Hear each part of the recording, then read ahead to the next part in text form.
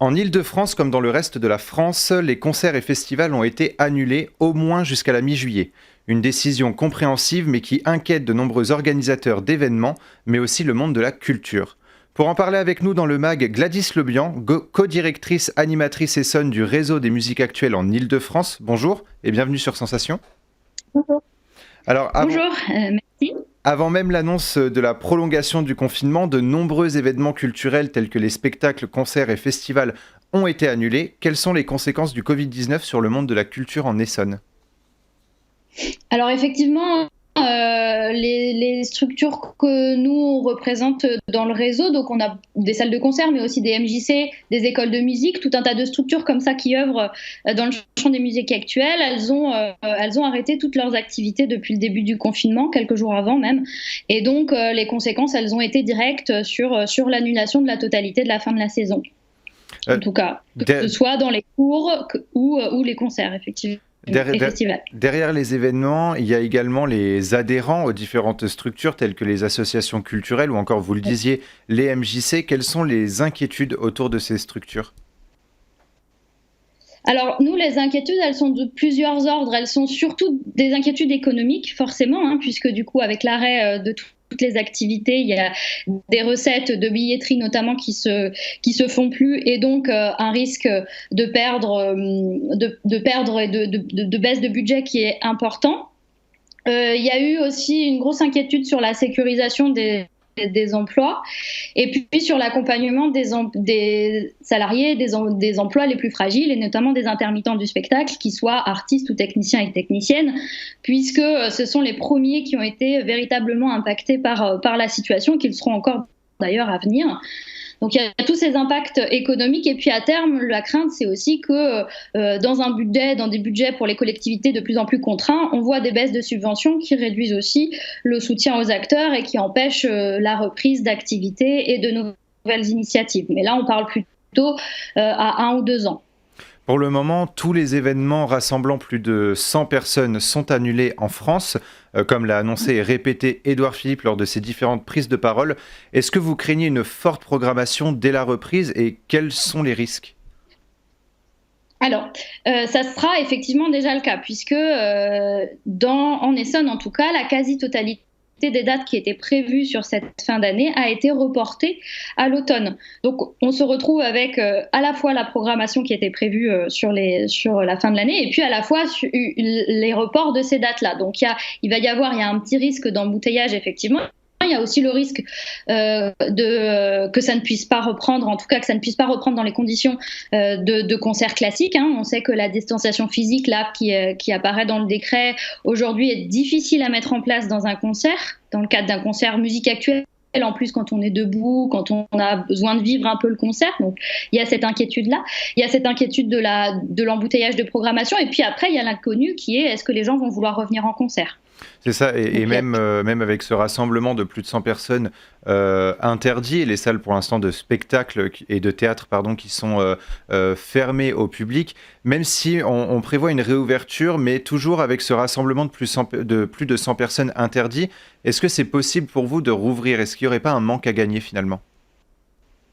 Alors, le manque à gagner économique qui sera là, de toute façon, puisqu'effectivement, plus que cette limitation de jauge, la question c'est combien de temps va perdurer cette règle de la distanciation physique des 1 mètre autour de chaque personne, puisque physiquement, ça implique de baisser à la jauge des salles et le nombre de personnes qui peuvent être accueillies par concert, parfois par 4.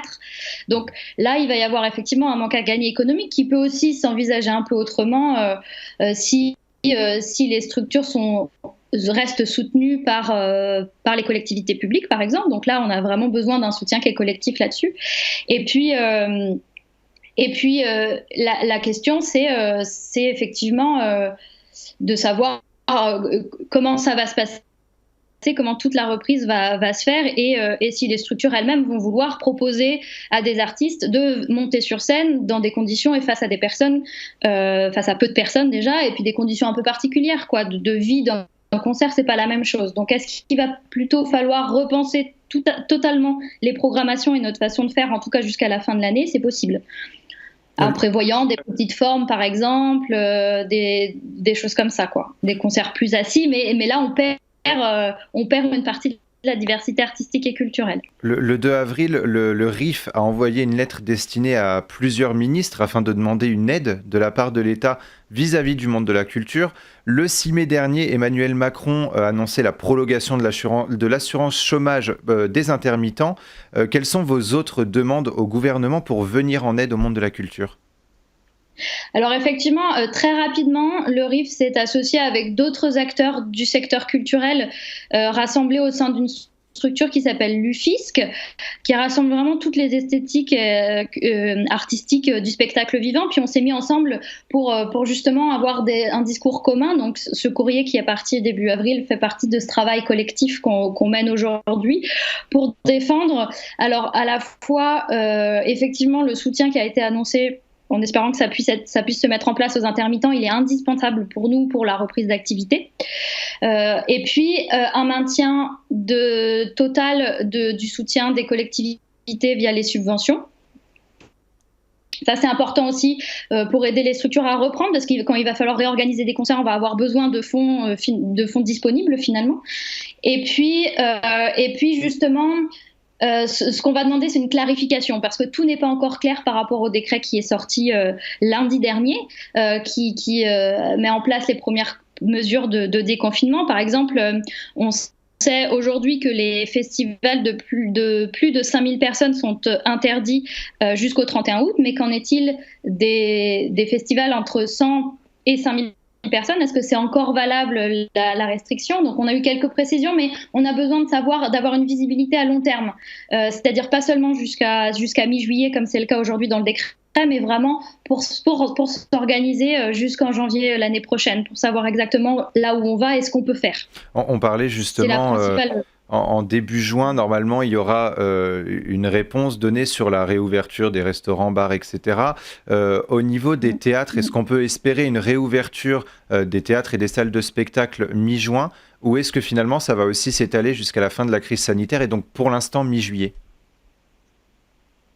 Alors, on peut effectivement espérer que les mesures s'allègent un tout petit peu début juin, effectivement, en lien avec la réouverture des restaurants et des bars, même si de toute façon on restera cette règle de la distanciation physique qui s'entend tout à fait, hein, c'est pas une remise en question, mais c'est pour aussi montrer que cette règle-là, elle rend difficile l'exercice de nos activités telles qu'on les pense aujourd'hui en tout cas.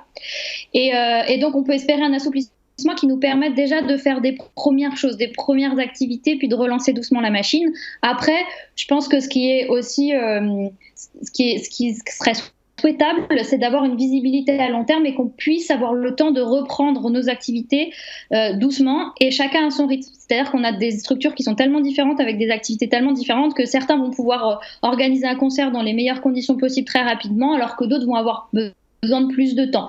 Donc, on peut espérer une réouverture effectivement à partir de mi-juin, même si celle-ci sera de toute façon progressive, et de toute façon, on ne s'attend pas à un retour à la normale avant la fin de la crise sanitaire, évidemment. On le voit au niveau de toutes les fermetures, des salles de spectacle, etc. Est-ce que vous n'avez pas eu l'impression un petit peu d'être les oubliés de cette crise? Alors, au départ un petit peu, parce que je pense que ce qui est assez peu connu aujourd'hui, c'est aussi ce que ça représente, le secteur culturel. On est autour ce que ça représente en termes économiques, en termes d'emploi, et c'est vrai que l'arrêt comme ça de ces activités-là a un impact économique qui aujourd'hui, je pense, et plus tard va se manifester, mais dont nous on avait déjà conscience, et on a eu l'impression que personne n'avait vraiment conscience pour l'instant, au départ en tout cas, de ces questions-là. Est-ce que, en quelques mots, il y a les réseaux sociaux qui font des festivals en ligne. Est-ce que vous craignez une fuite des spectateurs? Alors là, c'est toute la question, et c'est toute l'inconnu qu'on va avoir. C'est-à-dire qu'on ne sait pas comment les gens vont réagir au retour. Est-ce qu'il va y avoir une envie, nous on l'espère, hein, une envie de se retrouver, de revivre aussi le spectacle vivant tel qu'on l'entend nous, c'est-à-dire avec la relation à l'artiste directement, et vivre les choses collectivement avec le public, avec le son, avec toute l'ambiance et la convivialité qu'on y met autour, Vous ou est-ce qu'effectivement il va y avoir... Vous espérez un retour physique des spectateurs. Merci beaucoup Gladys Lebihan d'avoir été avec nous dans le MAG, et pour revoir ou réécouter cette émission, rendez-vous sur notre site et application Radio Sensation.